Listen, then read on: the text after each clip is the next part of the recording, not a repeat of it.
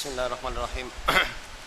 Alhamdulillah rabbil alamin, wassalatu wassalamu ala sayyidina maulana Muhammadin wa ala alihi wa sahbihi ajma'in. Majlis yang ketiga pembacaan kitab Matan Nukhbatul Fikar fi Mustalahi Ahli al-Athar lil Imam Al-Hafiz Ibnu Hajar. Kita masuki muka surat yang ke-77, wa atlaqu al-musyafah.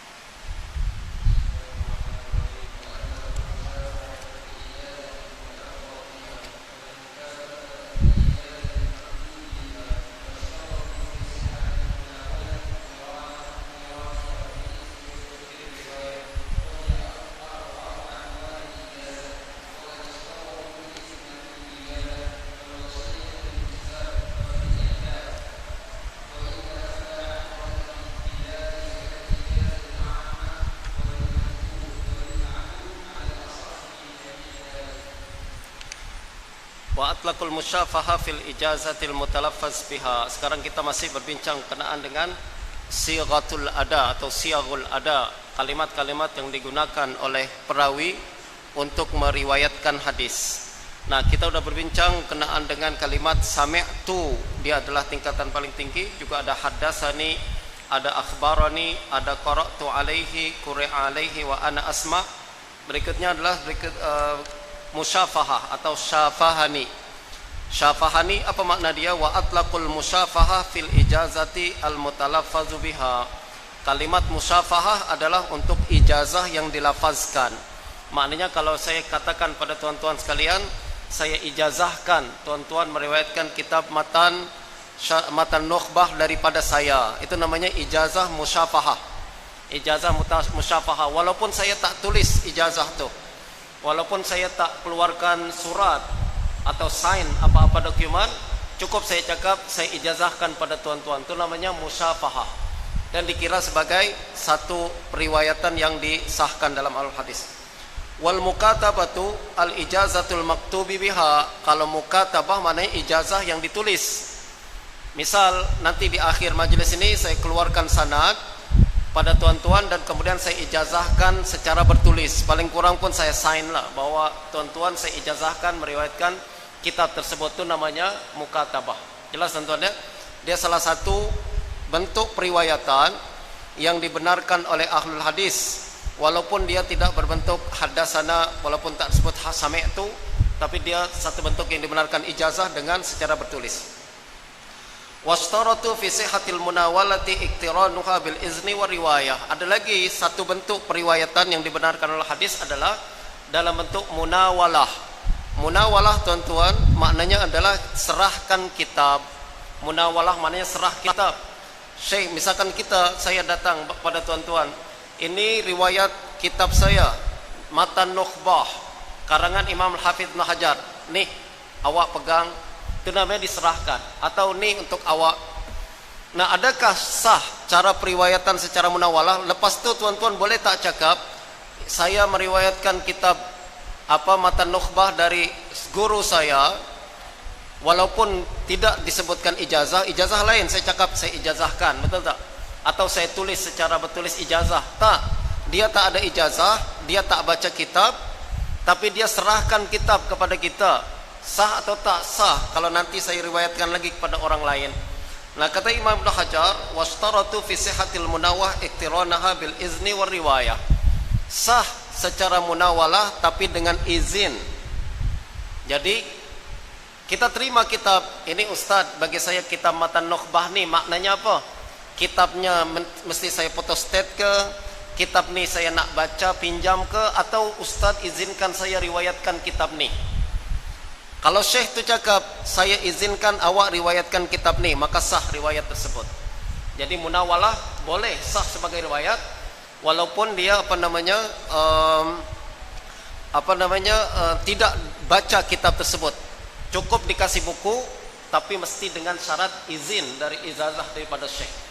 Tuan-tuan perempuan sekalian, berkenaan dengan perkara ni, ijazah ni, kadang ada syekh-syekh tertentu yang cakap pada kita, ya, saya ijazahkan tuan-tuan meriwayatkan kitab Sahih Bukhari daripada saya. Cakap qabil tu, sebenarnya tak ada qabil tu. Sebenarnya tak mesti ada qabil tu. Kalau dia cakap saya ijazahkan, main dah sah lah perkara tersebut. Ustaz, tapi dia tak tulis pun, dia tak sign, tak cop pun, dia cakap secara musyafahah, maknanya sah riwayat tu. Ijazah secara musyafahah walaupun tak tulis apa-apa. Jelas tuan-tuan? Nah, bagi kitab berbeza. Bagi kitab, nih kitab saya nih. Saya nih kitab pernah saya baca daripada guru saya. Nih, awak pegang buku tu. Kita tak pasti sama ada bagi kitab ni maknanya izin ijazah, ataukah bagi kitab ni suruh kita photostat, atau kitab ni cukup engkau pinjam nanti engkau kembalikan, betul tak? Maknanya kita kena tanya betul-betul, ini bagi kitab ni maknanya apa Syekh? Izinkan saya riwayatkan ke tak, maksudnya nih. Kalau dia cakap saya bagi kitab, maknanya saya izinkan awak riwayatkan daripada saya, sah. Betul tuan-tuan. Ini adalah cara periwayatan hadis. Cara periwayatan hadis di sisi ahlul hadis. Wa kadza ishtaratul izna fil wijadah wal wasiyata bil kitabi wa fil i'lam. Begitu juga disyaratkan izin dalam wijadah. Apa makna wijadah tuan-tuan? Wijadah ni adalah kita jumpa kitab. Kita jumpa kitab. Misal kita pergi balik ke rumah atuk kita, balik rumah atuk kita di kampung, kebetulan atuk kita ni ulama dulu. Kita baca-baca, cari-cari kitab dia ada, atuk saya pernah baca kitab Sahih Bukhari, saya nampak di sini. Pernah baca Sahih Bukhari kepada seorang syekh dan ini sanad dia hingga kepada Imam Bukhari. Boleh tak saya yang menemukan buku ni meriwayatkan kitab tersebut daripada atuk saya? Atuk saya udah meninggal dunia lah. Nah, ini namanya wijadah. Kita jumpa kitab, kita jumpa riwayat. Kata Imam Ibnu Hajar, boleh riwayatkan kalau ada izin. Kalau tak ada izin, maknanya riwayat tersebut terputus, tidak bersambung. Jelas tak? Jadi kalau ada izin, riwayat tersebut sambung. Tapi kalau tak ada izin, riwayat tersebut terputus. Izin macam mana? Misalnya dululah kita pernah atuk saya pernah cakap, kalau awak jumpa kitab saya izinkan awak riwayatkan daripada saya. Misal, maknanya sudah ada izin secara verbal daripada atuk kita. Sekarang kita jumpa, maknanya dibolehkan kita meriwayatkan kitab tersebut secara wijadah. Wal wasiyata bil kitab, wasiat dengan kitab pun perlu izin. Wasiat bil kitab macam mana? Atuk kita sebelum meninggal dunia cakap, kalau aku meninggal dunia, kitab Sahih Bukhari aku untuk awak. Itulah kitab wasiat, betul tak? Boleh tak dia kata kitab Sahih Bukhari untuk saya, maknanya saya boleh riwayatkan ke? Belum tentu, melainkan kalau ada izin meriwayatkan. Mesti ada izin riwayat juga. Wafil i'lam, i'lam pun beza. I'lam ni apa? Dia bagi tahu, ni kitab saya pernah baca daripada guru saya nih. Terus apa tuan guru? Saja je nak bagi tahu awak, saya pernah baca kitab ni. Boleh tak lepas tu kita katakan saya meriwayatkan kitab tu daripada guru saya, sebab dia dah bagi tahu saya bahwa dia pernah membaca kitab ni pada guru tak, kalau tak ada izin tetap tak boleh. Dia cuma setakat bagi tahu saya baca kitab ni, bukan izinkan awak untuk riwayatkan, kecuali kalau ada izin. Penting ni tuan-tuan untuk kita tahu berkenaan dengan ijazah. Sebab zaman sekarang kita adalah umat satu-satunya yang punya kelebihan meriwayatkan hadis daripada Nabi dan juga daripada para ulama secara bersambung. Tak ada agama lain yang meriwayatkan ucapan daripada nabi-nabi mereka secara bersambung. Kita yang masih punya ni riwayat nih. Kita meriwayatkan Al-Quran secara bersambung dari Nabi sampai sekarang masih bersambung. Kita juga meriwayatkan hadis secara bersambung daripada Nabi SAW. Jelas.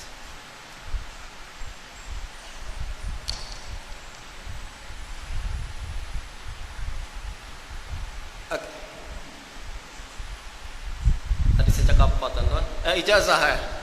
Kenapa kita perlu ijazah? Sekarang ni adalah kita adalah umat Islam adalah satu-satunya yang mempunyai sanad masih bersambung kepada Nabi sallallahu alaihi wasallam. Dan sampai sekarang kitab-kitab hadis masih bersambung kepada kita, diriwayatkan daripada ulama hingga daripada ulama terus sampai kepada kita. Justru penting tuan-tuan untuk kita memelihara sanad ini, memelihara ijazah ni. Nah, kita perlu memelihara ijazah. Memang ijazah tak punya nilai ilmu dia, bukan bermakna kita punya ijazah banyak, punya ilmu yang banyak. Bukan kira kita punya riwayat yang banyak maknanya kita ilmu pun banyak, tak. Tapi kita perlu menjaga sanad sebab dia adalah warisan intelektual umat Islam khas daripada Allah Subhanahu wa taala untuk kita. Justru para ulama kita zaman dahulu setiap kitab dia ada sanad dia. Misal kitab Matan Nukhbah nih, dia ada sanad dia hingga kepada Imam Ibn Hajar. Dia meriwayatkan kitab Sahih Bukhari, ada sanad dia hingga Sahih Bukhari. Dia punya kitab Fathul Bari, ada sanad dia hingga ke Fathul Bari. Dia ada kitab, ada sanad kitab tersebut. Dan ini adalah riwayat, ini adalah apa namanya tradisi umat Islam yang mesti dijaga terutama oleh ahlul hadis. Alhamdulillah kita masih ada zaman sekarang nih sanad-sanad kitab tersebut. Kalau tuan-tuan nampak di kitab di luar sana ada kitab Arba'in Nawawi misalkan, sanad yang menghubungkan antara kita hingga ke Imam Nawawi ada untuk kitab tersebut. Justru ada kitab yang kita cetak nih, yang saya cetak dan terjemahkan, Arba'in Nawawi, Arba'in Qudsi Imam Mullah Ali Al-Qari, juga Arba'in Fardhu Ain karangan Muhammad bin Aslam At-Tusi. Setiap sanad kitab tersebut ada terpelihara daripada kita hingga kepada Imam At-Tusi. Walaupun dia tak bernilai ilmu, walaupun sekali lagi tak ada nilai ilmu untuk sanad tersebut, tapi dia ada nilai sejarah dan ada nilai barokah juga insya-Allah. Jadi tuan-tuan mulai daripada sekarang kalau boleh, tadi kita berbincang Syekh Ala itu berkenaan dengan kebangkitan ilmu hadis, dan salah satu kebangkitan ilmu hadis adalah kita memelihara sanad tuan-tuan. Kita memelihara sanad yang menghubungkan antara kita dengan para ulama. Justru dapatkan sanad-sanad tersebut sekali lagi untuk kenang-kenangan dan untuk menjaga keberkatan antara kita dengan penulis kitab tersebut. Wa illa fala ibrata bidzalika, kalau tak ada izin untuk apa? Untuk munawalah, kalau tak ada izin untuk wijadah, tak ada izin untuk wasiah bil kitab dan i'lam, tidak diiringi dengan izin meriwayatkan, fala ibrata bidzalik, tak diambil kira munawalah nih, tak diambil kira wijadah nih, tak diambil kira semua riwayat-riwayat tersebut. Kal ijazatil ammah, seperti ijazah umum.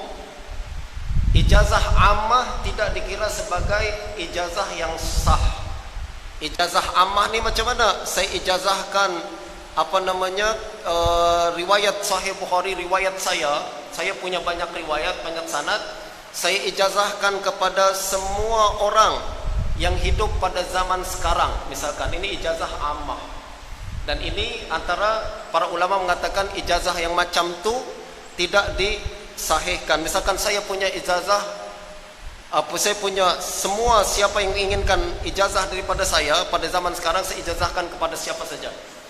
Mesti khusus. Misal saya ijazahkan kepada awak kitab Sahih Bukhari, khususkan kitabnya khusus, yang dibagi pun khusus, betul tak? Ini namanya ijazah khasah, dia sahih. Tapi kalau saya diijazahkan kepada siapa saja, semua orang yang hidup pada zaman sekarang, mana ijazah ammah. Lalu kita pun cakap, saya termasuk orang yang hidup pada zaman ni, maknanya saya dapat riwayat ni. Tidak dibenarkan untuk meriwayatkan dengan cara sedemikian. Antara orang yang sering meriwayatkan dengan ijazah ammah ini adalah Imam Suyuti daripada Imam Ibn Hajar. Justru para ulama cakap kalau dia meriwayatkan daripada Ibn Hajar, ijazah dia mendapat ijazah yang paling rendah. Kenapa? Sebab dia bukan ijazah khasah, dia ijazah ammah, diijazahkan kepada seluruh orang yang hidup pada zaman tersebut, bukan dikhaskan kepada satu atau dua orang. Tapi kalau ijazah, misalkan saya cakap pada tuan-tuan sekarang, saya ijazahkan tuan-tuan meriwayatkan kitab Matan Nukhbah daripada saya, itu ijazah ammah ke tak? Itu khusus. Saya ijazahkan kitab khusus, tuan-tuan pun khusus yang hadir dalam majlis ini, maknanya dikira sebagai ijazah yang sah. Walil majhul, dan untuk pihak yang tidak diketahui. Misal saya bagi ijazah Matan Nukhbah ni untuk nanti ada satu orang saya akan bagi, itu masih tak tahu lagi siapa orangnya, majhul, pun tak dibenarkan ijazah tu. Walil ma'dum, atau orang yang belum ada, saya ijazahkan kitab Matan Nukhbah ni untuk anak tuan. Saya belum kawin lagi Ustaz. Ya, nanti untuk anak tuan kalau udah lahir. Lagi ini belum keluar lagi. Mana ijazah lil maqdum, untuk belum ada. Alal asahhi fi jami'i dzalik, mengikut pandangan yang asah berkenaan dengan perkara-perkara yang disebutkan. Maknanya ada khilaf. Sesetengah ulama benarkan walaupun tidak dengan izin. Tapi yang paling sahih kata Ibnu Hajar, tidak sah melainkan dengan izin. Untuk apa? Untuk wijadah, munawalah, dan juga i'lam.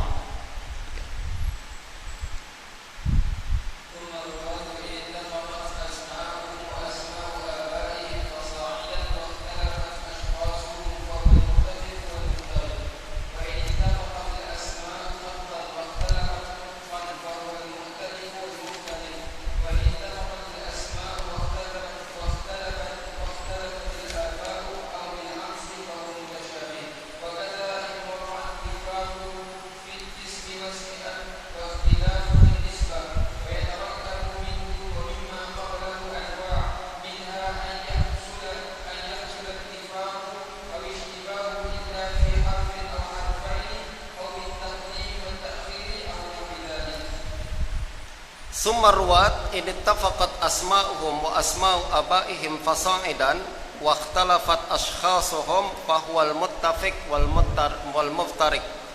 Kemudian para perawi ini, kata Imam Ibnu Hajar, in ittafaqat asma'uhum, jika nama mereka dan nama ayah-ayah mereka dan selebihnya maksudnya apa? Termasuk nama atuk-atuk mereka, semua sama padahal orang-orangnya berbeza, itu termasuk dalam muttafiq dan muftarik. Bagian ilmu hadis yang bernama muttafiq dan muftarik. Apa dia? Tuan-tuan, perawi kadang nama dia Ahmad bin Khalil. Ahmad bin Khalil, misalkan nama dia.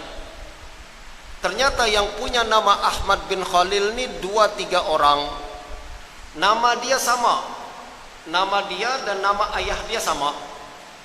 Itu disebut muttafiq dan muftarik. Nama sama tapi orang berbeza. Nama sama, orang berbeza. Ada dalam perawi ini tuan-tuan, nama dia Muhammad bin Ja'far. Ada 7 orang Muhammad bin Ja'far. Maknanya muttafiq dan muftarik. Muttafiq maknanya sama namun berbeza. Muttafiq wal muftarik maknanya sama namun berbeza. Sama apa? Sama namanya dan nama ayah dia, atau mungkin sampai juga nama atuk dia sama. Akan tetapi orang-orang mereka berbeza-beza. Itu namanya muttafiq dan muftarik. Kalau tuan-tuan pergi ke kitab-kitab rijal, kita akan nampak kadang nama semua sama nih, tapi orang-orang berbeza. Orang-orangnya berbeza. Dia dikira sebagai muttafiq dan muftarik. Wa in ittafaqatil asma'u khattan wa ikhtalafat nutqan fahuwal mu'talif wal mukhtalif. Sekiranya nama sama secara tulisan namun berbeza secara sebutan, maka dia termasuk dalam mu'talif dan mukhtalif. Mu'talif dan mukhtalif. Apa maknanya tuan-tuan? Ada seorang perawi, tulisan dia Aqil, Ain, Qaf, Ya, Lam. Kita boleh baca Uqail, kita boleh baca Aqil, betul tak? Tulisan sama akan tetapi sebutan beza, betul tak? Itu namanya mu'talif dan mukhtalif. Kenapa kita perlu perkara ini?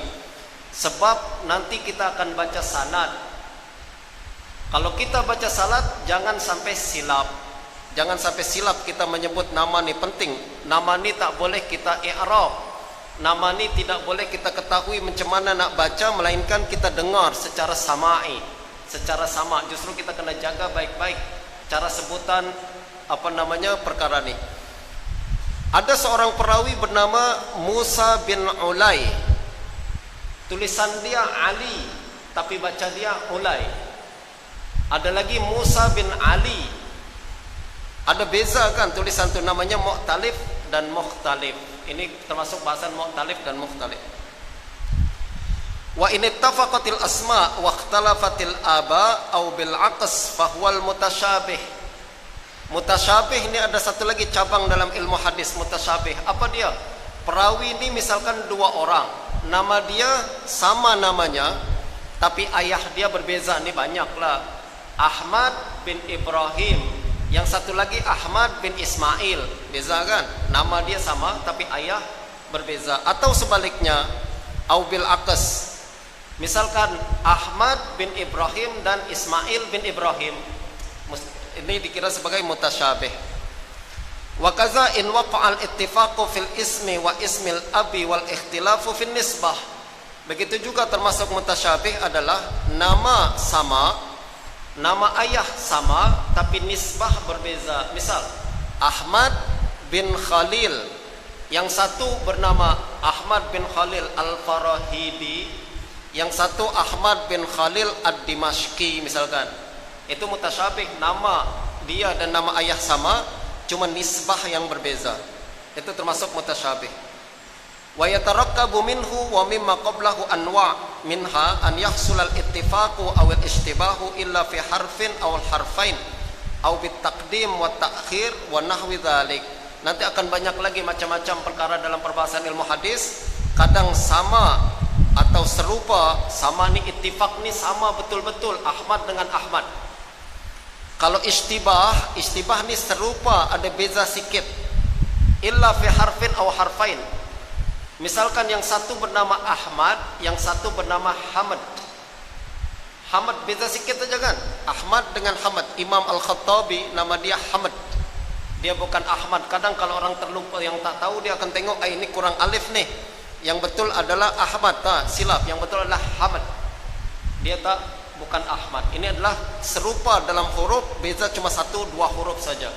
Ini semua bagian-bagian tentuan termasuk dalam ilmu hadis. Kita akan pelajari nanti dalam perbincangan lebih dalam lagi dalam pada masa yang akan datang.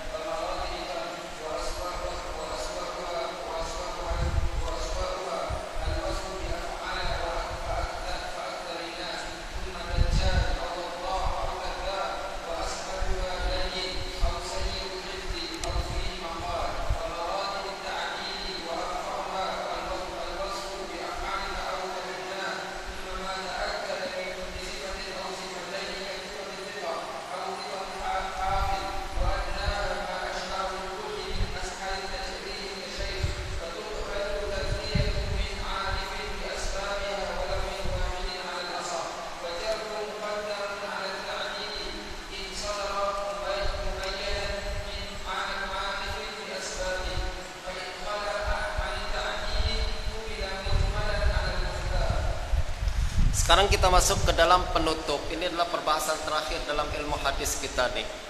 Maknanya lepas nih kita udah jadi ahli hadis semua, teman-teman. Kita udah bahas semua perbahasan ilmu hadis nih. Khatimah, penutup. Wa minal muhim ma'rifatu tabaqatir ruwat.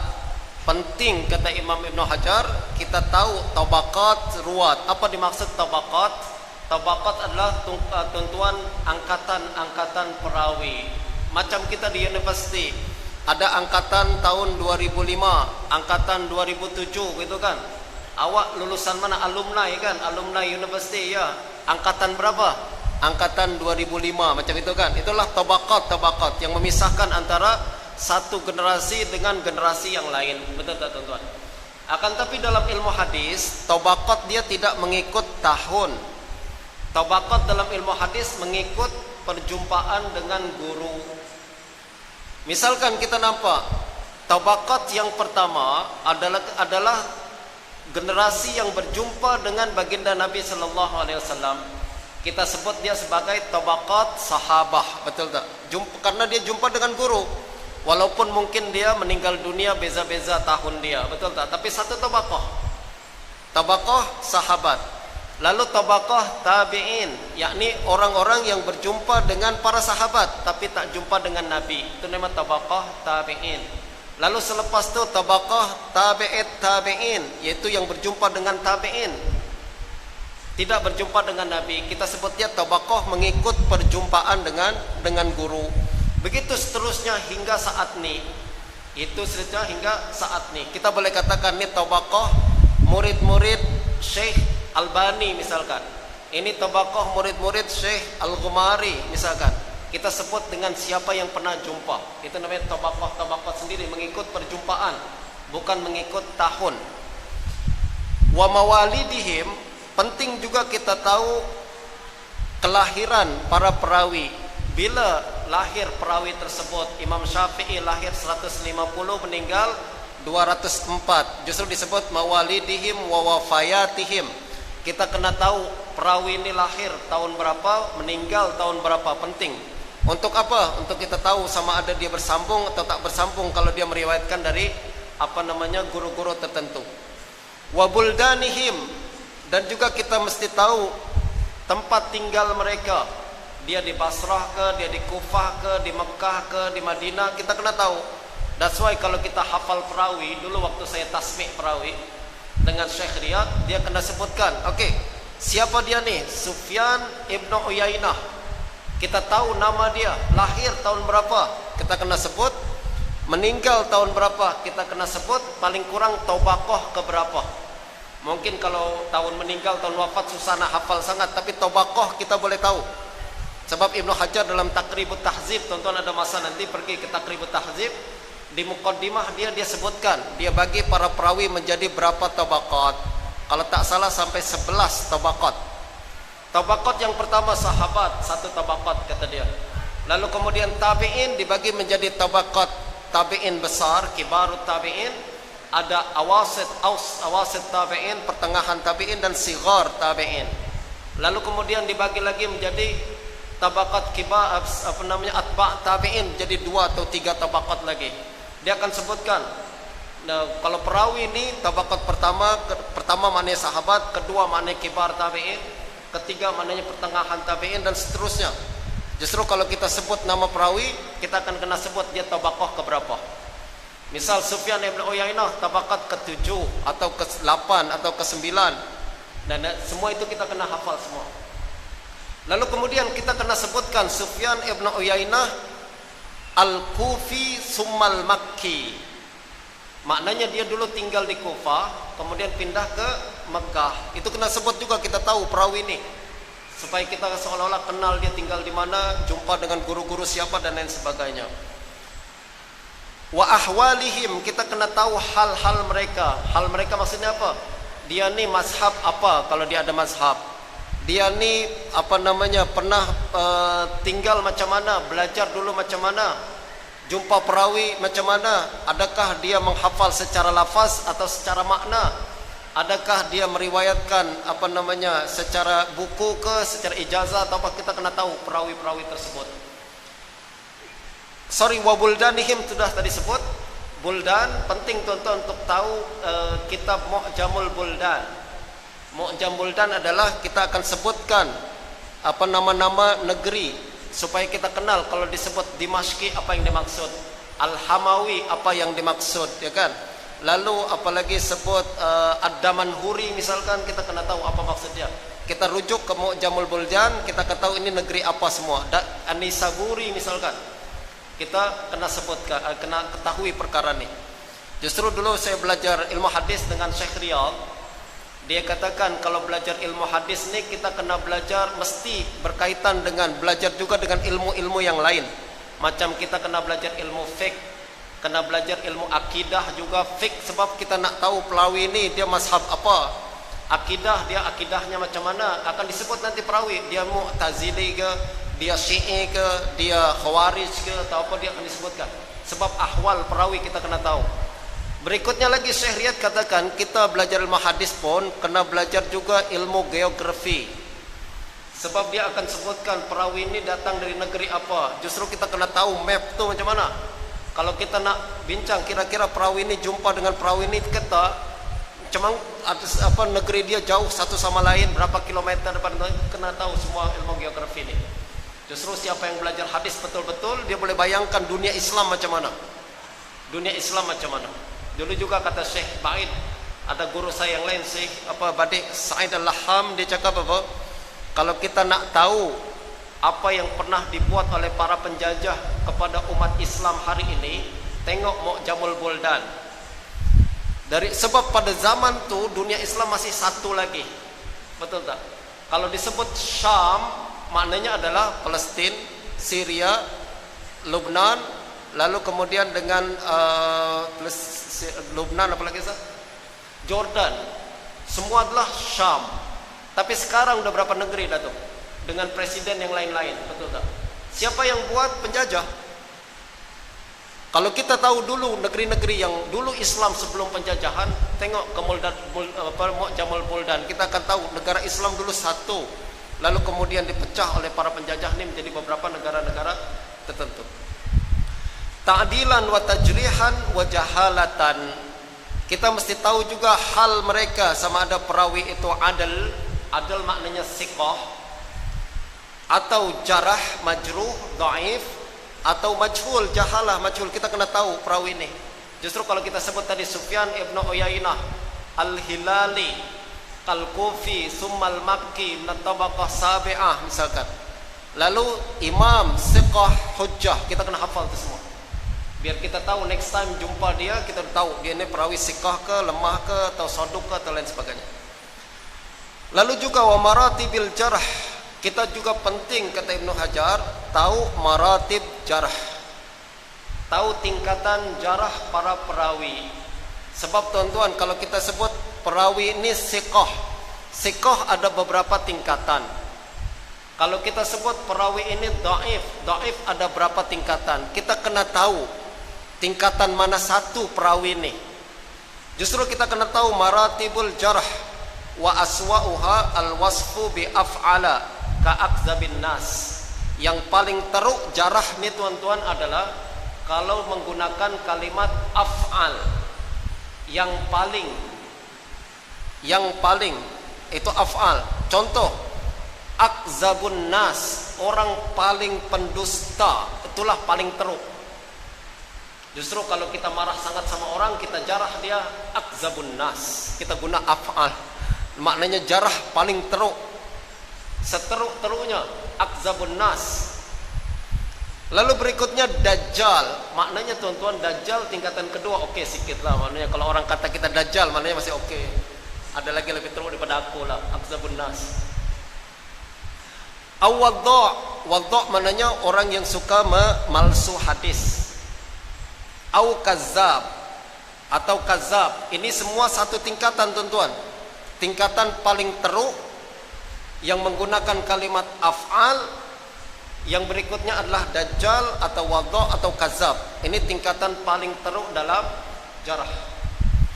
Wa ashaluha layyin. Yang paling rendah tingkatan jarah ni adalah layyin. Maknanya apa? Kalau yang disebutkan kalimat yang disifatkan dengan kalimat ini, perawi ini masih oke-oke jugalah, taklah teruk sangat. Kalau disebut perawi ini fulan layyin, maknanya lemah, dia lemah yang ringan. Wa ashaluha layyin au sayyi'ul hifz au fihi maqal. Ini yang paling rendah, tapi masih dalam darjat lemah. Kalau disebut fulan fihi maqal, lemah tapi lemah yang paling ringan. Atau fulan sayyi'ul hifz, maknanya dia lemah tapi lemah yang paling ringan, tak sampai ke akzabun nas. Nah yang ringan nih tuan-tuan nih masih boleh terangkat, tadi kita bincangkan. Kalau ada mutaba'at dia boleh terangkat kepada hasan. Tidak tidak teruk sangat. Tapi kalau sudah sampai yang paling teruk tadi akzabun nas, dajjal, wadda', kazab, nih hadis dia semua maudhu', palsu, dah tak boleh terangkat lagi. Wa maratibut ta'dil.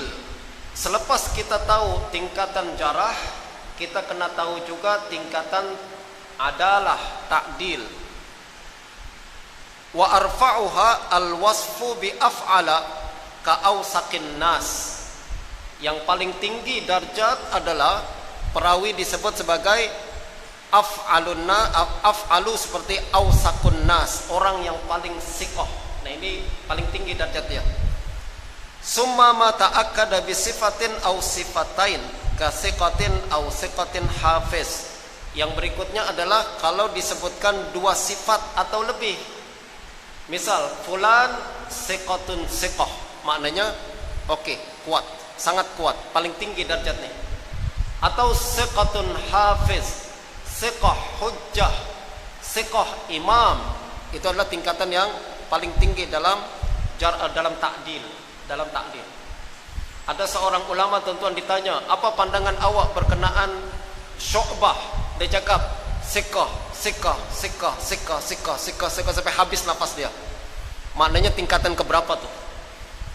Udah banyak sangat dah. Maknanya tinggi sangat derajat dia. Sebab sampai habis nafas dia siqah, siqah, siqah, siqah. Wa adnaha ma asy'ara bil qurbi min ashalit tajrih kasyekh. Tingkatan ta'dil yang paling rendah adalah ta'dil yang mengandungi sedikit kalimat seolah-olah jarah, seperti kalimat syekh. Syekh maknanya tuan-tuan adalah ta'dil, maknanya dia oke, tapi oke paling rendah. Oke yang paling rendah. Kalau disebut fulan syekh, maknanya dia oke lah, biasa-biasa, macam ustaz. Kalau ada tuan-tuan tanya saya, apa pandangan ustaz berkenaan ustaz ini? Siqah, imam, hafiz, maknanya tinggi darjat tuh. Kalau ustaz ditanya, apa pandangan ustaz dengan ustaz tuh? Dia ustaz lah, ustaz je. Maknanya darjat rendah, walaupun masih siqah juga lah tuan-tuan, tapi darjat yang rendah. Lagi bagus daripada ustaz. Macam mana dia? Dia ustaz tapi penipu. Itu lagi terus.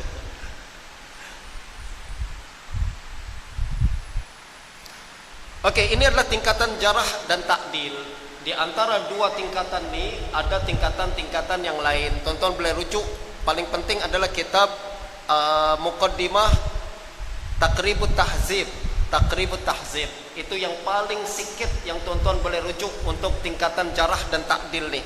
Imam Ibnu Hajar sebut mulai daripada macam ti Ausakun Nas, kemudian siqah, imam dan lain-lain. Lalu beliau juga sebut saduq. Dia sebut juga pelbagai sifat-sifat yang lain. Itu tonton rujuk dalam Muqaddimah Taqribut Tahzib. Actually kalau kita nak tengok banyak ilmu hadis yang ditulis Ibnu Hajar adalah di Muqaddimah buku-buku dia tuh. Taqribut Tahzib, buka juga Muqaddimah Isabah fi Ma'rifatis Sahabah, banyak Muqaddimah yang sangat cantik daripada Ibnu Hajar. Kalau nak tinggi sikit perbahasan jarah wa ta'dil, yang paling bagus antara lain juga adalah Ar-Raf'u wa Takmil fil Jarah wa Ta'dil, karangan Imam Al-Laqnawi. Itu pun baik juga untuk kita baca berkenaan dengan jarah wa ta'dil, dan juga dengan ta'liq Syekh Abdul Fattah Abu Ghuddah dalam kitab ni Raf'u wa Takmil, penting. Juga kitab yang perlu dipelajari adalah kitab Syekh Dr. Nurdin Itar bertajuk apa namanya berkenaan dengan jarah wa ta'dil juga. Lupa apa tajuk buku dia. Ingat tak? Jarah wa ta'dil, betul, tajuk dia jarah wa ta'dil. Wa tuqbalu tazkiyatu min 'arifin bi asbabiha walau min wahidin 'alal asah. Tazkiyah ni, tazkiyah apa maknanya tuan-tuan? Recommendation, penilaian perawi ni siqah diterima walaupun daripada satu orang. Jadi kalau kita nak tengok perawi ni siqah tak siqah, kita cuma jumpa satu orang aja cakap dia siqah, yaitu Yahya bin Ma'in, misalkan, terima dah. Syaratnya adalah perawi ini alimun bi arifin bi asbabiha, tahu berkenaan dengan apa perkara-perkara yang dapat melemahkan perawi dan dapat menguatkan perawi. Jadi yang diterima dalam jarah wa ta'dil tuan-tuan paling kurang ada 3 tingkatan. Yang pertama adalah ahli hadis yang dikira sebagai mutasyaddid, yang keras sangat dalam menilai perawi, salah sikit terus dhaif. Nah, ini ada beberapa ulama yang dinilai macam tu. Salah satunya adalah Al-Jauzajani, tadi kita bincang, guru Syekh An-Nasai, Imam Nasai. Berikutnya juga adalah yang pertengahan, mu'tadil. Macam ini kebanyakan ulama kita mu'tadil, macam Bukhari, Abu Hatim, Ar-Razi dan lain-lain. Ini tingkatan yang mu'tadil. Yang berikutnya adalah mutasahil. Mutasahil adalah sering menilai perawi siqah padahal tak sampai darjat siqah. Siapa dia? Antaranya adalah Imam Ibn Hibban. Justru kalau Ibn Hibban menilai siqah seorang perawi, kita tak dapat sokongan daripada ahli hadis yang lain, jangan terus ambil siqah, jangan terus nilai siqah perawi itu. Kalau Ibn Hibban seorang diri, jangan. Kita kena Ibn Hibban sokong dengan ahli hadis yang lain, baru kita kuatkan penerima kita terima penilaian siqah perawi tersebut. Jadi kata Imam Ibn Hajar, diterima daripada satu orang, maknanya adalah satu orang yang mu'tadil. Kalau mutasahil tak, mesti ada sokongan daripada ahli hadis yang lain. Wal jarhu muqaddamun ala ta'dil in sadara mubayyanan min arifin bi asbabihi.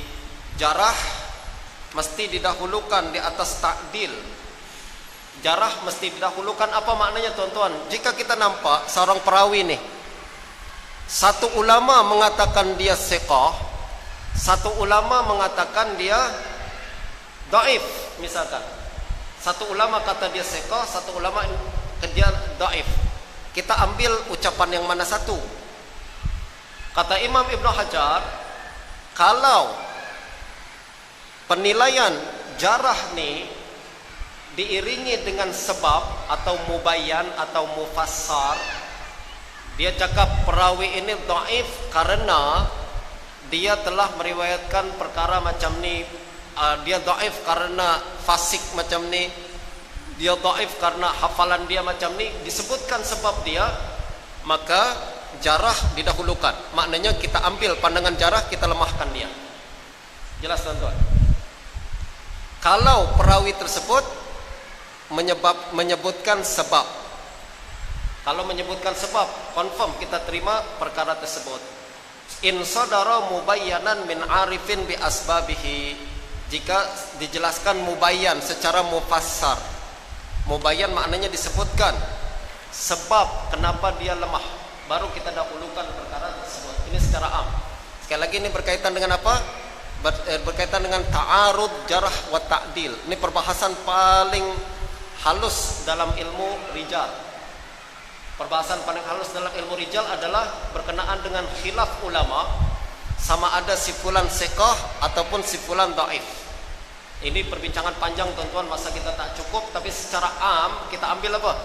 Kalau berlaku khilaf antara satu ulama dengan ulama yang lain berkenaan perawi ni thiqah atau tak thiqah, tengok yang melemahkan ni sama ada menyebutkan sebab ke tak sebutkan, dijelaskan kenapa dia lemah ke tak.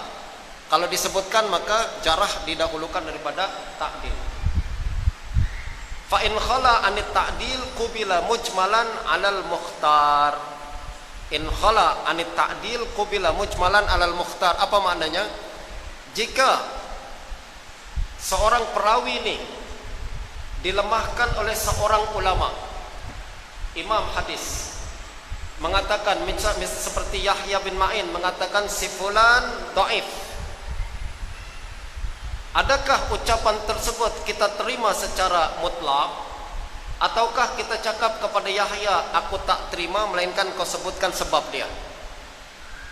Kata Imam Ibn Hajar, kalau in khala anit ta'dil, kalau tak ada ulama lain yang menguatkan atau menilai sikoh perawi ini, jadi perawi ini kita cari, ini perawi kita hanya jumpa Yahya cakap dia lemah, yang lain tak ada yang mengatakan dia sikoh, tapi Yahya cakap dia lemah, tak sebabkan sebabnya, tak sebutkan sebabnya kenapa dia lemah. Adakah kita ambil ucapan Yahya? Ambil ucapan Yahya kalau tak bertentangan dengan ucapan perawi yang lain yang mengatakan dia thiqah. Jelas tuan? Itu makna in khala anit ta'dil qubila mujmalan 'alal mukhtar.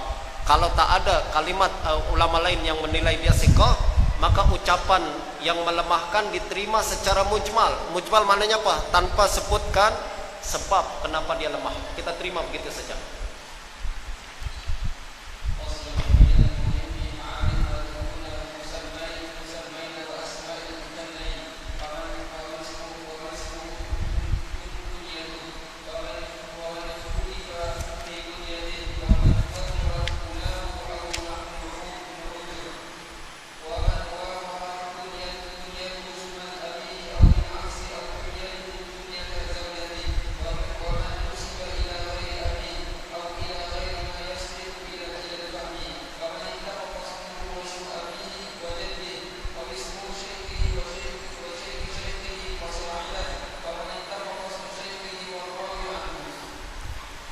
Penting juga kata Imam Ibnu Hajar, dalam ilmu hadis kita kenal ma'rifah kuna al-musammaina wa asma'il mukannain.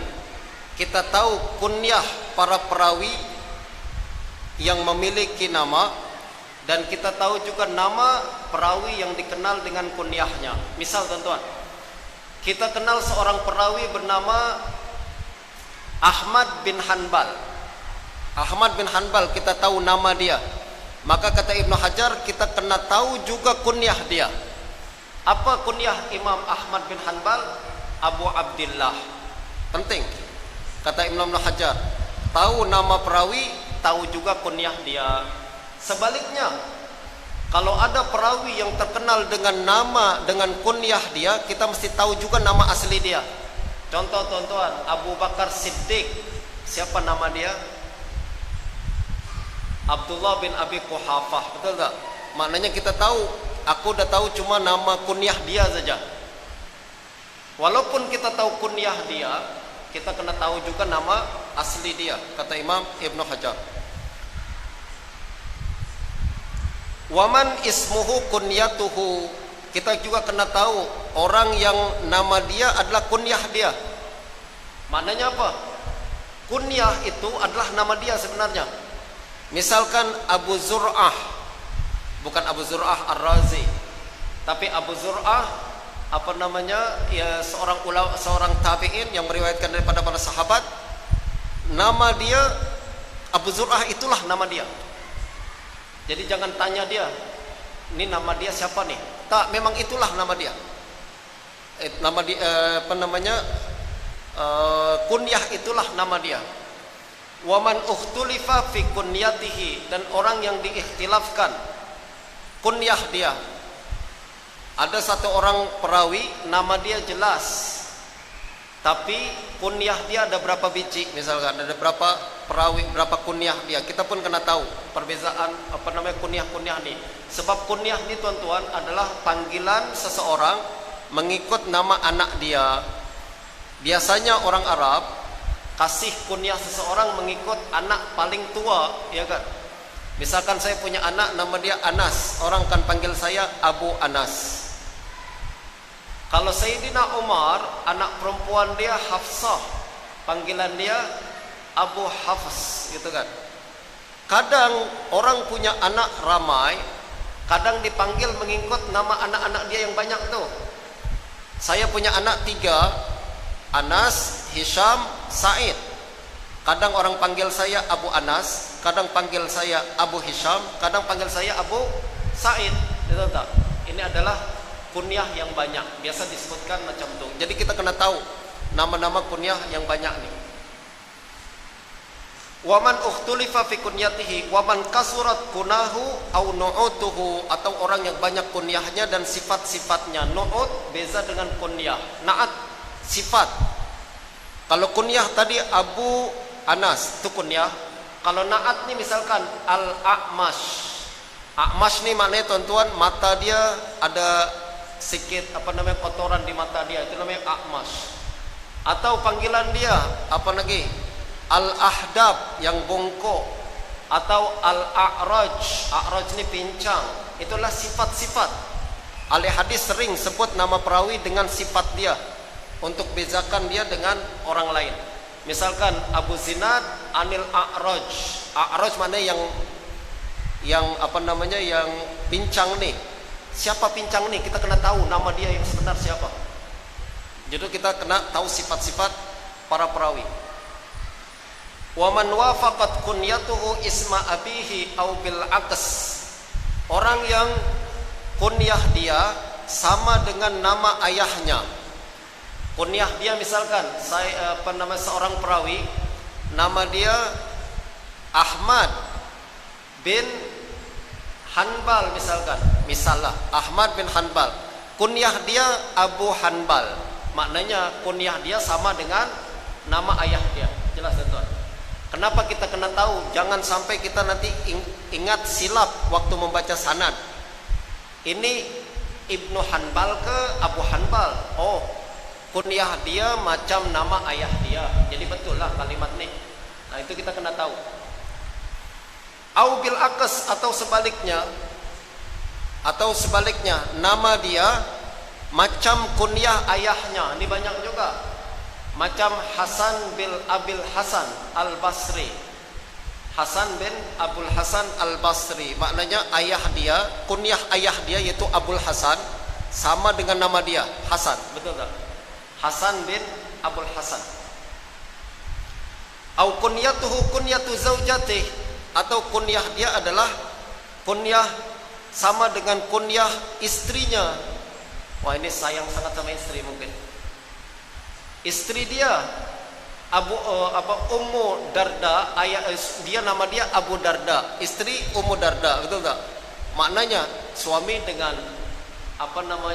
istri sama kunyah dia, Ummu Darda dan Abu Darda. Ada lagi Ummu Salamah, Abu Salamah, betul tak? Itu kita kena tahu juga.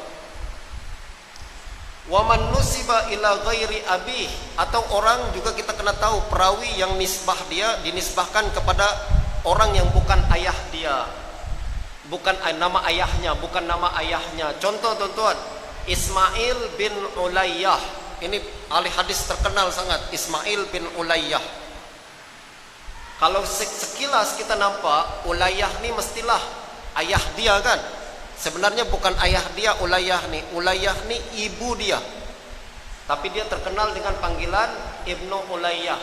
Bukan dinisbahkan kepada ayah. Ayah dia namanya Ibrahim. Ismail bin Ibrahim asal nama dia. Ibu dia Ulayyah, tapi orang kenal dia Ismail bin Ulayyah. Bukan dinisbahkan ke ayah tapi kepada ibu. Ini kita kena tahu juga perkara ini. Contoh yang disebutkan oleh Imam Ibnu Hajar, contohnya, betul.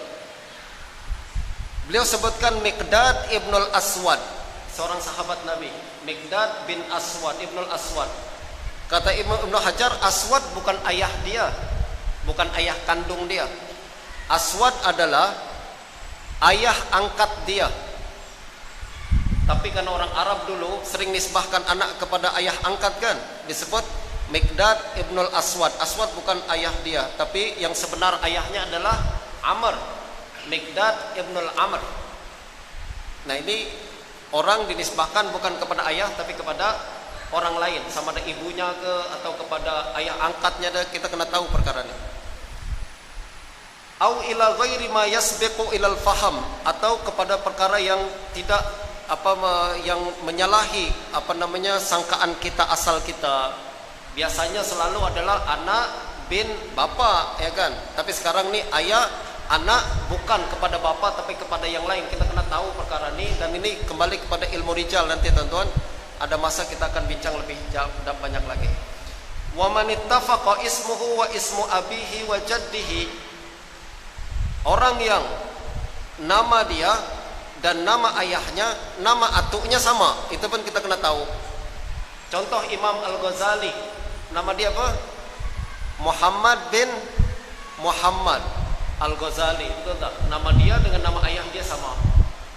Kenapa kita perlu tahu? Nanti kalau baca sanad, jangan ingat ini silap ke Muhammad ini 2 kali nih, betul ke salah nih. Kita kena edit pula, padahal itulah yang betul, betul tak? That's why kita kena tahu nama-nama nih. Au ismu syaikhihi wa syaikhihi fasaidan, atau orang yang nama dia mirip dengan nama ayahnya, nama gurunya misalkan. Nama dia mirip sama dengan nama gurunya atau nama guru-gurunya. Itu pun kita kena ketahui juga. Wa man ittafaqa ismu syaikhihi warawi anhu, dan juga orang yang sama nama gurunya dengan nama perawi daripadanya. Maksudnya antara nama guru dengan nama murid. Kalau dia sama, kita kena ketahui, jangan sampai serupa perkara itu kita anggap silap padahal dia betul. Contoh riwayat daripada Rabi' bin Anas an Anas. Rabi' bin Anas an Anas. Anas 2 kali nih. Jangan nih silap, bukan Rabi' bin Anas tapi Rabi' an Anas. Anas yang kedua nih silap. Nanti kita padam saja padahal dia betul. Justru kita kena hafal perkara ini agar tidak berlaku kesalahan.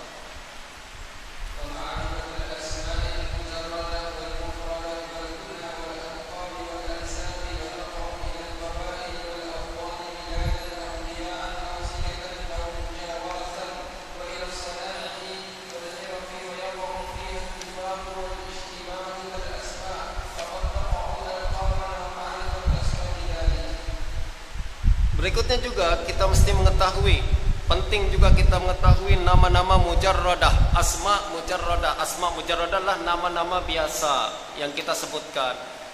Ada kitab-kitab yang khas menghimpun nama-nama perawi kan, macam Taqribut Tahzib, Tahzibut Tahzib. Itu penting untuk kita tahu nama-nama perawi, itu namanya asma mujarradah. Sesetengah ahli hadis menulis kitab rijal. Kitab rijal berasaskan sama ada kumpulan perawi siqah saja, seperti Ibnu Hajar, Ibnu Hibban tulis Kitabus Siqat, maknanya khas untuk perawi siqat saja. Semua yang ada dalam kitab ini siqah. Ada lagi setengah perawi menulis khas untuk perawi dhaif saja, Kitabud Du'afa misalkan, karangan Imam Ibn Adi, atau Kitabul Majruhin Ibnu Hibban, khas semua hadis-hadis perawi-perawi lemah saja. Itu namanya asma mujarradah. Wal mufradah wal kuna wal alqab wal ansab wa taqa'u ila al qaba'il wal awtani biladan wa dhiya'an aw sikakan aw mujawaratan. Juga kita mengetahui nama-nama mujarradah, mufradah, nama-nama yang mufrad. Nama mufrad ini nama-nama yang spesial, tuan-tuan. Cuma dia seorang punya nama tuh. Contoh apa? Ada banyak. Contoh yang Sudai Ibnu Ajlan, cuma satu orang aja punya nama tersebut. Ini namanya Sudghi Ibnu Sinan. Misalkan Sudgh Ibnu Sinan, itu cuma satu orang aja dalam semua ahli hadis, dalam semua perawi, cuma dia saja. Simpel kita hafal nih, cuma dia yang punya nama macam nih. Juga contoh Sudghi bin Abdullah. Contoh Sandar. Ada Musaddad bin Musarhad bin Musarbal. Itu adalah nama-nama yang khas, cuma satu orang aja yang punya. Tuan-tuan nak punya nama-nama istimewa untuk anak-anak, ambil nama-nama mufradah nih, kita tulis di daftar di jabatan kerajaan, garanti kita seorang punya nama macam tu. Tak ada lagi nama orang lain yang punya pakai nama. Itu namanya asma mufradah, nama-nama yang satu orang yang khas, cuma dimiliki oleh satu orang saja. Itu namanya asma mufradah. Wal kuna wal alqab, tadi kuna kita dah bincang, alqab kita dah bincang, laqab. Dan ansab, nasab. Nasab macam nasab ni tuan-tuan, kata Imam Hajar, taqa'u ilal qabail wal awtan. Kadang nasab dinisbahkan kepada kabilah, seperti Al-Qurashi, At-Taimi, dia bukan nisbah kepada tempat tapi kepada kabilah dia. Al-Qurashi, At-Tami, Al-Hashimi, Al-Muttalibi, itu adalah kabilah. Juga awtan, negeri macam Naisaburi, tempat kan. Al-Makki, Al-Madani, itu nisbah kepada tempat. Biladan au dhiya'an au sikakan au mujawaratan. Tempat-tempat ni sama ada bilad, negeri macam Mekah, Madinah dan lain-lain, atau dhiya'. Dhiya' ini adalah kawasan negeri kecil sikit daripada negeri lah. Ada negeri, ada apa istilahnya kan, ada negara, ada negeri, ada kampung, ada yang kecil-kecil lagi. Itu namanya biladan, dhiya'an, sikakan. Sikak dia adalah kawasan kejiranan kita. Jadi kalau di Indonesia ada Syekh Nawawi bin Omar Al-Bantani. Bantani ini Banten. Banten ni apa? Dia adalah satu negeri sendiri di Pulau Jawa sana, tuan-tuan. Lalu misalkan ada lagi Al-Bekasi. Al-Bekasi, dia adalah satu negeri sendiri, desa sendiri. Jadi ada orang Syekh Hakim Al-Kelantani, Al-Pasir Putihi misalkan. Pasir Putih ada kamu kan? Maknanya adalah dari Kelantan besar, terus Pasir Putih lebih kecil lagi, itu namanya dhiya' atau sikak. Sikak adalah kejiranan kecil saja. Lalu au mujawaratan, atau nisbah kepada mujawarah. Abu Mas'ud Al-Badri. Abu Mas'ud Al-Badri adalah sahabat Nabi. Al-Badri kita ingat dia tinggal di Badar. Tak, dia dekat, rumah dia dekat Badar. Maknanya mujawarah ke Badar. Walaupun dekat tapi bukan tinggal di Badar. Wa ila sana'i, karang nisbah pun dinisbahkan kepada pekerjaan dia. Al-Hazza, fulan Khalid Al-Hazza. Al-Hazza ini maknanya apa tuan? Tukang buat kasut. Itu pun nisbah, nasab juga. Ada kawan saya Ustadz Abdurrahman As-Sobuni. Apa makna Sobuni? Tukang buat sabun. Itu pun namanya nisbah kepada pekerjaan dia. Atau ada lagi Syekh Fulan Al-Kutubi, maknanya dia tukang jual kitab. Ustaz Hakim lah. Dia tukang jadi ustaz. Dan Kutubi maknanya dia bukan nisbah kepada negeri, bukan nisbah kepada kabilah, bukan family dia, akan tapi kepada pekerjaan dia. Al-Kutubi. As-sana'i wal hiraf, kepada pekerjaan atau profesi dia boleh dinisbahkan. Macam tadi, tukang kasut ke, tukang kitab ke, jual kitab ke, atau al-traveli. Traveli tahu tuan-tuan? Dia Ustaz al-traveli maknanya dia punya travel, maksudnya al-traveli.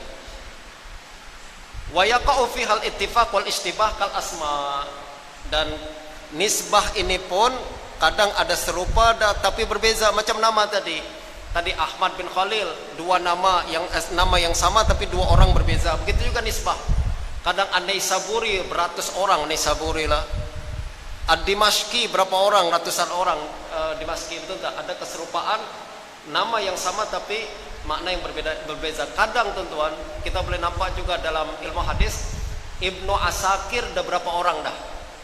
Ibnu Qudamah ada berapa orang, betul tak? Al-Ghazali ada berapa orang? Pertama, Imam Ghazali yang menulis kitab Ihya, adik dia Ahmad Al-Ghazali pun disebut Al-Ghazali. Sekarang Syekh Ghazali yang meninggal belum lama ini, yang hidup zaman sekarang Syekh Muhammad Al-Ghazali. Jangan confuse. Ghazali tapi orang yang berbeza. Itu namanya ittifaq dan istibah kal asma. Seperti dalam nama juga macam itu. Wa qad taqa'u alqaban wa ma'rifatu asbab dzalik. Dan kadang juga nama merupakan laqab dan kita kena tahu sebab-sebab tu kenapa dia dilaqabkan sebagai al-a'raj, orang yang pincang. Al-a'ma, ad-dharir misalkan, itu adalah laqab. Dharir maknanya orang buta. Kita kena bagi tahu kenapa disebut ad-dharir. Imam Tirmizi disebut ad-dharir. Apa makna dia? Guru Imam Syafi'i bernama dia Az-Zinji, Muslim bin Khalid Az-Zinji. Zinji ini tuan-tuan maknanya negro, hitam sangat. Kita kena tahu kenapa dinamakan dia sebagai hitam, padahal dia tak hitam, dia sangat putih. Tapi karena terlalu putih, orang Arab sebut dia hitam. Jadi orang Arab nih kalau terlalu berlebih, dia akan disebut dengan nama yang kebalikan dengannya. Jadi kita kena tahu apa sebab-sebab lakab-lakab nih diberikan kepada perawi tersebut.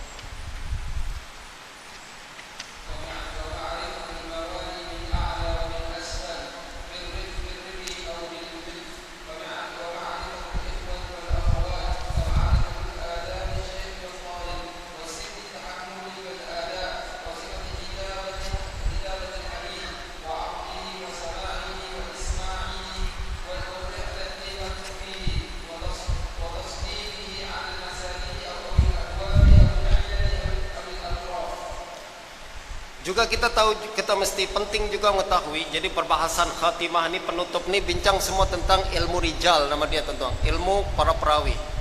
Kita juga mesti tahu berkenaan dengan mawali. Mawali ini ada berkaitan dengan maula dia. Maula ini adalah orang ajam yang masuk dalam family orang Arab. Family orang Arab. Misal Imam Bukhari, Bukhari, maula dia mawali al-Ju'fi, mawali maknanya dia masuk dalam maula Bani Ju'fah. Kenapa? Sebab dia bukan orang Arab tapi masuk dalam sponsor, dia adalah sponsor orang Arab. Justru dinisbahkan kepada orang Arab. Wa ma'rifatul mawali min a'la wa min asfal birriqi au bil hilf.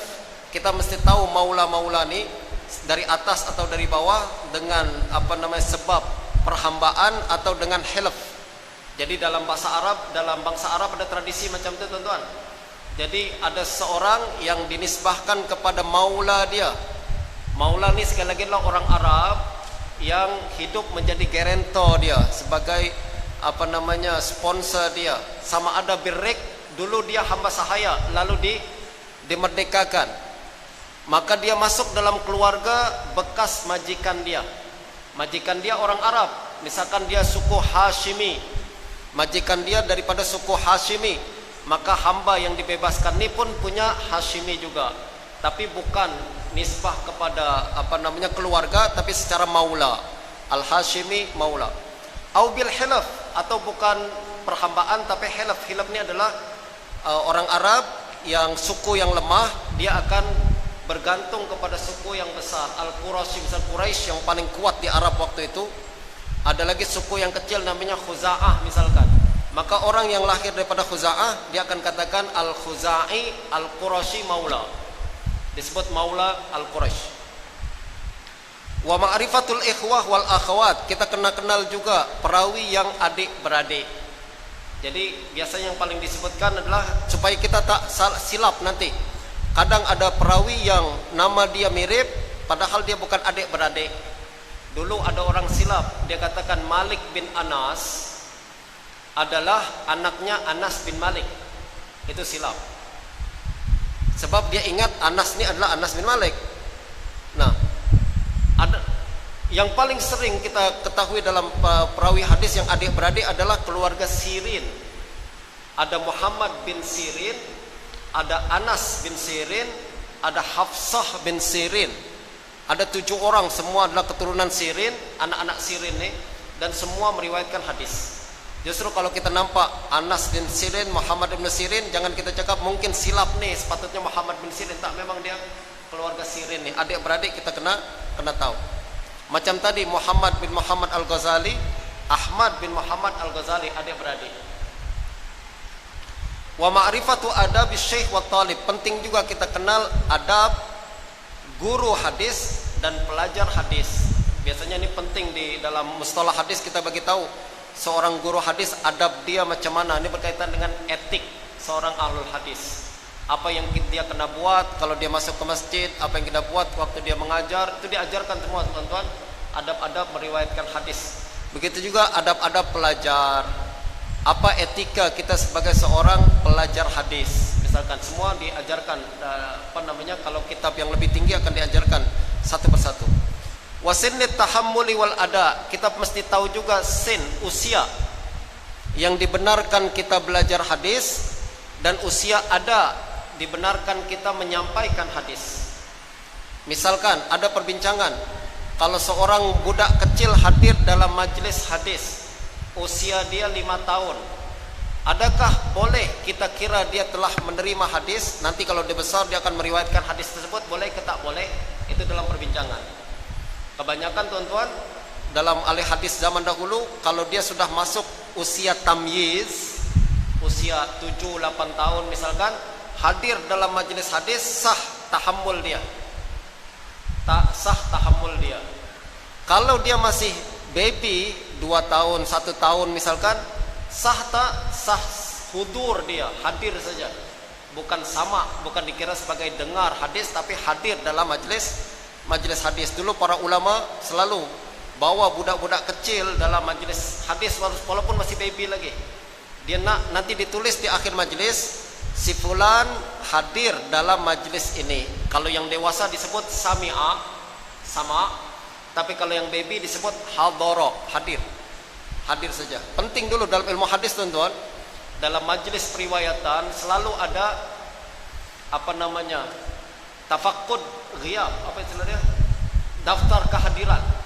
Dan semua ditulis dalam sama. Sama itu apa? Sama itu adalah daftar list kehadiran murid, dan biasanya ditulis di dalam kitab. Kalau kita tahqiq makhtut, nanti kita jumpa makhtut di mana-mana university, kita jumpa manuskrip. Dalam manuskrip itu akan ada tulisan tajuk kitab, lalu nanti ada tulisan sama, maksudnya siapa yang pernah mengajarkan buku ini, siapa yang hadir dalam majelis ini, semua panjang disebutkan. Semua disebutkan. Biasanya tuan-tuan kalau majelis sama ilmu hadis ini sangat-sangat teliti. Nanti kita akan sebutlah rasanya tentang sama ini, sangat teliti dalam meriwayatkan hadis. dia akan sebutkan siapa yang hadir, siapa yang ketika hadir setengah saja lalu datang semula, siapa yang hadir tapi sembang-sembang, ditulis di situ. Siapa hadir tertidur pula dalam majelis, semua ditulis. Itu menunjukkan apa? Untuk pastikan bahwa sama si fulan berbeza dengan sama si fulan walaupun hadir dalam majelis ilmu. Beza dengan kita kan, kalau tuan-tuan kita tak punya ketelitian macam ni, sehingga kita bawa ijazah sekolah ke atau universiti, orang cuma tahu kita pas PhD saja. Orang tak tengok pun apa ilmu yang dia pelajari. Waktu dia belajar ilmu nahwu pas ke tak pas dulu. Kalaupun pas, berapa nilai dia, mumtaz ke makbul saja. Tapi ilmu hadis sangat clear. Kalaupun dia hadir majelis ni, hadir dari awal sampai akhir ke, atau hadir cuma beberapa hadis saja misalkan, ataupun dia hadir sampai dengarkan ke, atau dia hadir tak dengarkan, semua ditulis dalam bentuk nama dia tibak atau sama. Wasifatu kitabatil hadis, dan juga kena tahu sifat menulis hadis. Menulis hadis penting juga, sangat teliti oleh hadis. Penting kita belajar ini untuk apa? Nanti kalau kita tahqiq makhtut. Ini adalah ilmu hadis, tuan-tuan, adalah ilmu filologi lebih dulu daripada orang Arab, orang Barat. Orang Barat dia kaji filologi, maksudnya adalah ilmu berkaitan dengan manuskrip, dan pertama kali yang kembangkan adalah ahli hadis. Sebab kalau kita belajar filologi, kita akan ketahui sama ada kitab yang kita jumpai ini berapa usia dia, lalu siapa yang tulis, dari mana kita tahu tulisan ini milik si fulan atau bukan si fulan. Itu adalah kajian filologi. Ilmu hadis pun tahu perkara macam ni. Kalau ada kesilapan dalam penulisan, macam mana kita nak tahu perkara ni silap, apa yang betul? Semua ada dalam bagian sifat kitabatil hadis, sangat teliti. Kalau tuan-tuan baca kitab Muqaddimah Ibnu Salah akan nampak sekali macam ni. Dia akan sebutkan kalau ada silap, misalkan kita tulis qala Rasulullah, Allah yang kita tulis ni 2 kali, tersilap kita tulis. Biasa kita tulis suka silap kan? Qala Rasulullah, Allahnya 2 kali kita tulis. Kita nak padam mana satu? Allah yang pertama ke atau Allah yang kedua? Itu ditentukan dalam penulisan hadis ni, mana satu yang kena dipadam. Maknanya selain filologi, ilmu hadis juga ajarkan ilmu editing. Saya editor berapa tahun lah, jadi tahu macam mana editing yang dibuat oleh al hadis sangat advance. Dan kalau ada silap, misalkan ada satu kalimat yang gugur dalam hadis, sepatutnya ada tambahan kalimat tapi tersilap tulis, tak tertulis. Kita nak tulis dia di tepi, kita di tepi lembaran tu, macam mana kita nak tulis? Ada kode tertentu yang kita kena follow. Kena tulis macam mana, di sebelah kanan ke sebelah kiri, semua ada kode sendiri. Itu sangat tinggi ketelitian ahlul hadis. Ini penting untuk siapa? Untuk yang mengkaji manuskrip.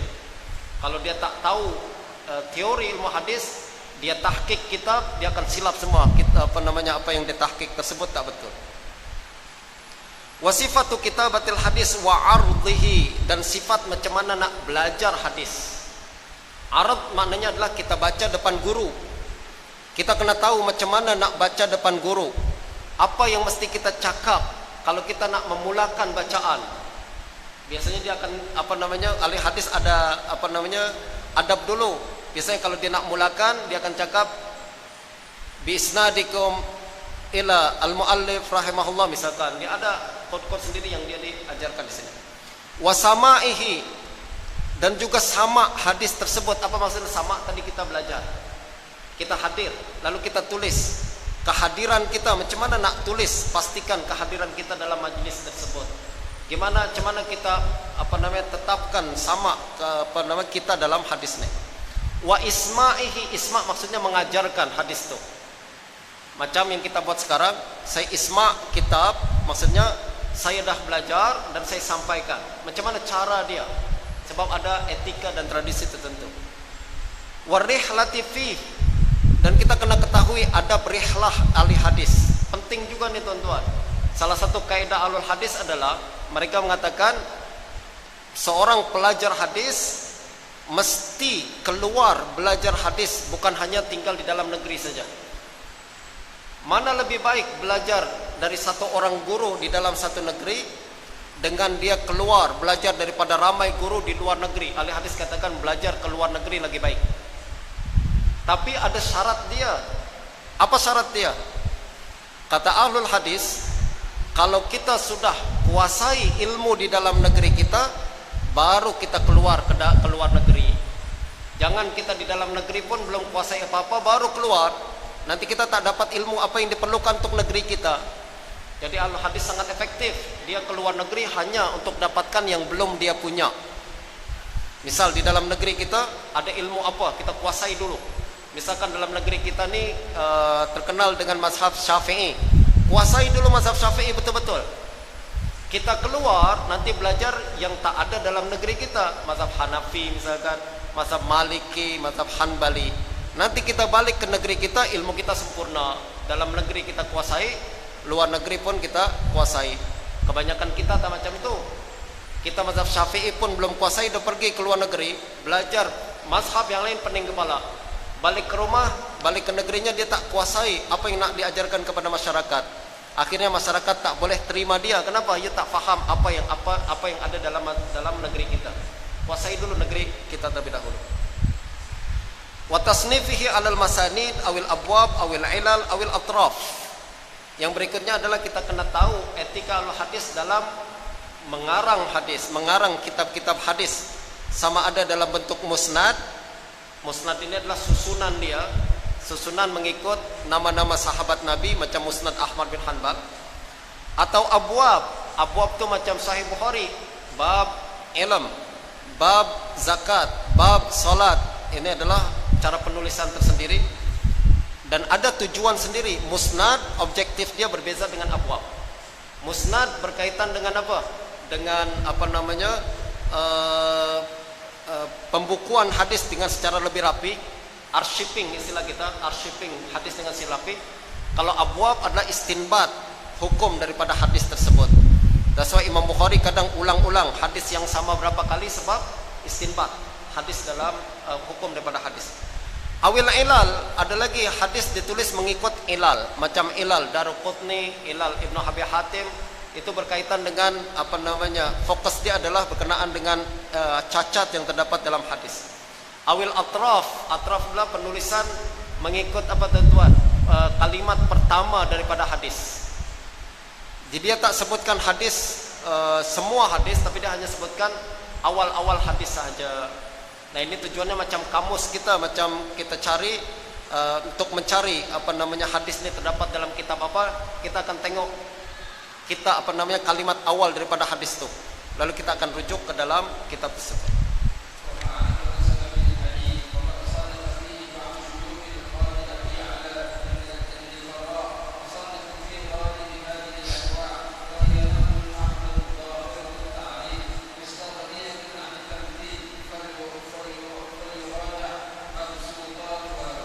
Kemudian penting juga untuk kita mengetahui sabab wurud hadis. Sababul hadis maknanya sabab wurud hadis. Maknanya kita tengok hadis ni untuk faham, kita kena fahami konteks hadis tersebut. Sebagaimana dalam Al-Quran ada sababun nuzul, hadis pun ada sababul wurud. Penting tuan-tuan.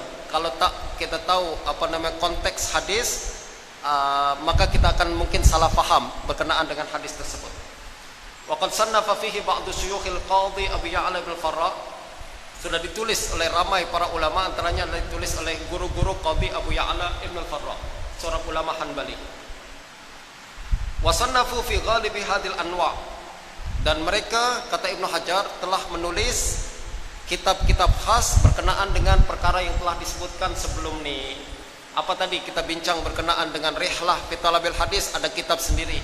Kita bincang berkenaan dengan adab talibul hadis, ada kitab sendiri kan. Ada apa namanya Al-Khatib punya kitab sendiri berkenaan dengan akhlaqur rawi. Lalu Muhaddisul Fasil bainal rawi wal wa'i, ada kitab sendiri semua. Jadi kata Ibnu Hajar, semua yang saya sebutkan ni ilmu ulama hadis telah telah bincangkan dalam kitab-kitab tersendiri. Wahia naqlun mahd, semuanya adalah hanya sekedar riwayat saja, tak ada ulasan, cuma setakat riwayat-riwayatkan saja. Zahirut ta'rif dah sangat jelas, tak payah dijelaskan lagi.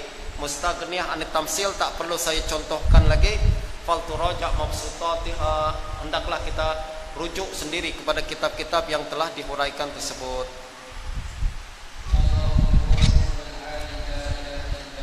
Alhamdulillah Rabbil Alamin. Dengan demikian selesai pembacaan kitab Nukhbatul Fikar fi Mustalah Ahlil Hadis.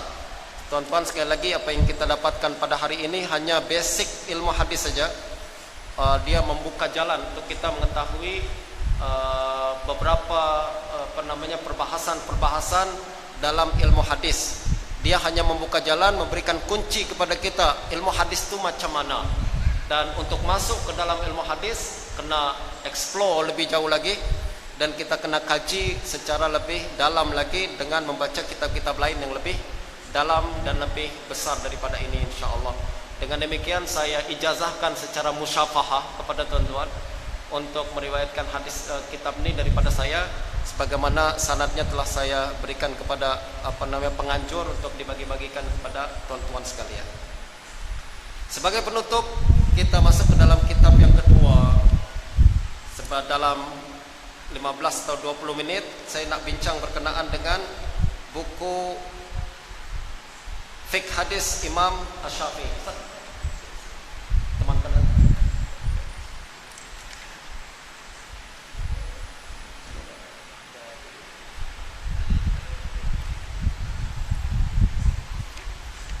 Fiqh Hadis Imam Syafi'i, tuan-tuan, adalah sebuah buku khas, ya, buku baru yang saya tulis berkenaan dengan yang akan membahas berkenaan dengan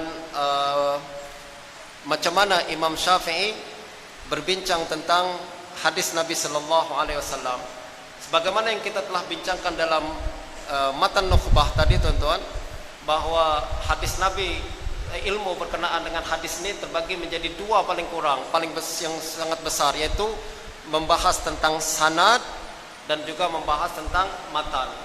Sanad adalah berkaitan dengan kesahihan hadis, sama ada hadis tersebut sahih atau tak sahih. Adapun matan adalah berbincang tentang macam mana nak memahami message yang disampaikan oleh baginda Nabi sallallahu alaihi wasallam. Nah, Imam Syafi'i adalah seorang ulama yang pakar dalam dua-dua bidang tersebut. Ramai di antara kita menyangka bahwa Imam Syafi'i hanya pakar dalam fiqh sahaja. Bahkan ada juga setengah orang yang menyangka Imam Syafi'i tak tahu sama sekali berkenaan dengan hadis. Justru mereka suka membandingkan antara ijtihad Imam Syafi'i dengan hadis Nabi sallallahu alaihi wasallam, seolah-olah apa yang disebutkan oleh Imam Syafi'i terasing sama sekali daripada hadis Nabi. Justru keluar soalan, nak ikut Nabi ke nak ikut Imam Syafi'i. Ini adalah soalan yang menurut saya sudah keluar daripada konteks sebenar ilmu pengetahuan. Siapa yang mengkaji fiqh Imam Syafi'i, kita akan nampak bahwa beliau sangat teguh berpegang kepada hadis, dan beliau juga mengajak kita untuk mengeluarkan hukum daripada hadis Nabi sallallahu alaihi wasallam. Salah satu kaedah yang digunakan oleh Imam Syafi'i dan dipegang teguh oleh Imam Syafi'i adalah idza sahal hadis fa huwa mazhabi. Kalau sebuah hadis telah sahih, maka dia adalah mazhab aku, kata Imam Syafi'i. Jadi kalau sahih hadis tersebut, maka dia adalah mazhab saya. Beliau pun pernah cakap kepada Imam Ahmad bin Hanbal, Yahya bin Ma'in, Ali ibn al-Madini. Beliau katakan, kalau ada hadis yang sudah sahih, bagi tahu saya akan jadikan pegangan dalam fiqh. Ini adalah usul Imam Syafi'i yang tak ada khilaf di kalangan para ulama. Beliau berpegang dengan hadis-hadis yang sahih daripada Nabi sallallahu alaihi wasallam. Nah, kitab ni kemudian, tuan-tuan, nak menunjukkan perkara tu, saya nak ajak tuan-tuan untuk masuk ke dalam kitab-kitab yang ditulis oleh Imam Syafi'i sendiri. Bukan ditulis oleh ulama mazhab Syafi'i, akan tapi ditulis oleh Imam Syafi'i sendiri dan diriwayatkan oleh anak-anak murid beliau sendiri, berkenaan dengan kepentingan belajar hadis dan juga mengeluarkan hukum daripada hadis-hadis Nabi sallallahu alaihi wasallam.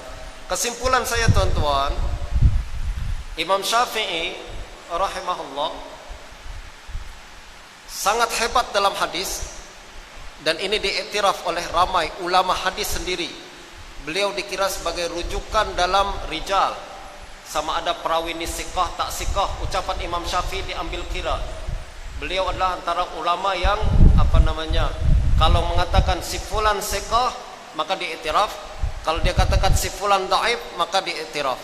Siapa yang mengatakan perkara ini? Tuan-tuan boleh tengok kitab Imam Ibn Hibban bertajuk Kitabul Majruhin Minal Muhaddisin. Dalam muqaddimah dia akan sebutkan dahulu siapa ulama-ulama yang pernah menjadi rujukan dalam menilai perawi. Salah satunya adalah Imam Syafi'i. Tuan-tuan juga boleh rujuk kitab Al-Kamil fi Du'afa karangan Imam Ibn Adi. Dalam muqaddimah kitab itu pun beliau sebutkan siapa perawi-perawi tokoh-tokoh yang menjadi rujukan dalam menilai perawi. Salah satunya adalah Imam Syafi'i. Begitu juga tuan-tuan boleh rujuk kitab Imam Sakhawi dalam I'lan Bitaubih Liman Zammat Tarikh. Beliau sebutkan siapa tokoh rujukan dalam perawi, salah satunya adalah Imam Asy-Syafi'i. Ini yang pertama. Yang kedua, ahli hadis juga mengatakan Imam Syafi'i mencapai darjat hafiz. Apa makna hafiz nih? Hafiz maknanya bukan hafaz Quran, itu orang kita aja. Kalau hafiz pada zaman dahulu maknanya adalah dia hafal ribuan bahkan ratusan ribu hadis dan juga tahu mana hadis sahih dan mana hadis lemah. Imam Syafi'i sampai darjat perkara ini. Bahkan untuk menunjukkan perkara ini tuan-tuan, beliau apabila tiba di Mesir dan menulis kitab-kitab kitab dan berbagai kitab yang lain, beliau menulis setiap hadis yang dalam buku tersebut tanpa merujuk kepada kitab. Jadi semua hadis yang beliau sebutkan tanpa merujuk kepada kitab, tulis daripada hafalan dia sendiri. Beliau mengatakan apabila saya tulis perkara ini, kitab saya tertinggal di Mekah atau di Mesir, tertinggal di Mekah atau Baghdad. Jadi kitab tersebut saya tak ada. Tapi sekarang saya tulis mengikut hafalan saya sendiri. Beliau sebutkan dalam kitab Risalah.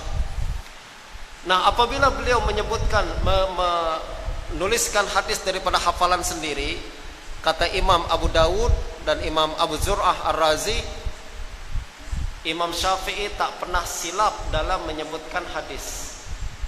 Sudahlah hafal, menulis hadis dengan hafalan, ribuan hadis beliau sebutkan. Pada masa yang sama tak ada hadis silap yang beliau sebutkan. Justru kata Imam Abu Dawud, tak ada, la na'rifu lahu hadisan ghalat. Kami tak pernah nampak ada hadis silap dalam kitab-kitab Syafi'i.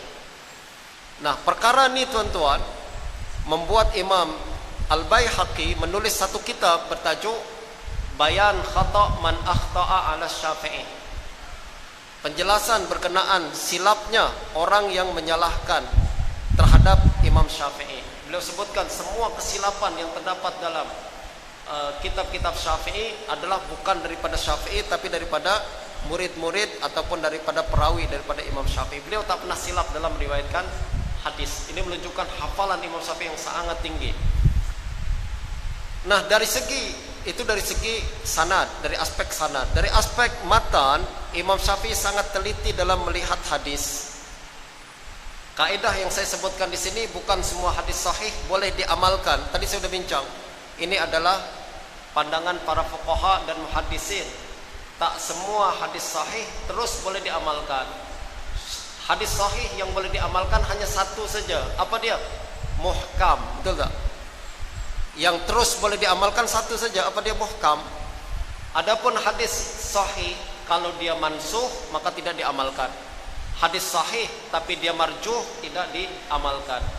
Hadis sahih atau kandungannya tidak bermasalah misalkan, maka dia perlu ditakwil dan lain sebagainya. Ini adalah approach ulama fiqh, tuan-tuan. Kalau orang lain awam di luar sana punya pandangan black and white saja, kalau sahih amal, dhaif tinggal, maka kita yang sudah belajar ilmu hadis tak boleh punya pandangan macam tu. Kita kena teliti lebih dalam lagi. Kadang ada hadis sahih tidak diamalkan, kadang ada hadis dhaif malah diamalkan. Macam mana hadis dhaif boleh diamalkan? Kita nampak tadi, kadang ada hadis dhaif ringan saja kan, lalu dia disokong oleh pelbagai dalil-dalil yang lain, maka boleh terangkat untuk kepada derajat amal. Saya tak katakan terangkat kepada derajat hasan atau sahih, tapi terangkat kepada derajat amal. Walaupun dia lemah, tapi disokong oleh dalil-dalil yang lain, maka yang semula tidak diamalkan boleh terangkat kepada derajat amal. Dan contoh untuk perkara ini sangat banyak. Saya rasa masa kita tak cukup untuk membahas perkara ini. Tuan-tuan boleh rujuk kepada kitab yang saya tulis nih. Dan antara tajuk-tajuk yang saya bincangkan di sini adalah berkenaan dengan perkara-perkara yang mungkin dikhilafkan dalam fik kita. Apa maksud apa dalil Imam Syafi'i bahwa kunut itu sunat dalam salat subuh misalkan, padahal hadis berkenaan tidak sahih. Macam mana beliau boleh sampai kepada simpulan bahwa kunut ini sunat dalam kunut subuh? Ada dalil-dalil yang beliau bincangkan dan tunjukkan kepada kita. Berikutnya juga adalah apabila tiga mazhab mengatakan haram berkata-kata ketika khutbah Jumat, Imam Syafi'i malah mengatakan tidak haram, makruh sahaja. Padahal hadis dalam Sahih Bukhari dan Muslim. Maknanya macam mana beliau boleh sampai kepada kesimpulan tersebut? Ada approach beliau sendiri yang kita sebagai seorang pelajar fiqh dan hadis wajib mengetahui dan memahami apa yang dilakukan oleh Imam Syafi'i untuk menjadi rujukan kita, insya-Allah. Mohon maaf sekali lagi tuan-tuan atas segala kekurangan. Saya rasa berakhir majelis kita pada hari ini, dan mudah-mudahan Allah Subhanahu wa taala berikan kita ilmu yang bermanfaat, berikan kita kesempatan untuk berjumpa semula pada masa akan datang dalam majelis ilmu yang lain. Wabillahi taufiq wal hidayah. Assalamualaikum warahmatullahi wabarakatuh.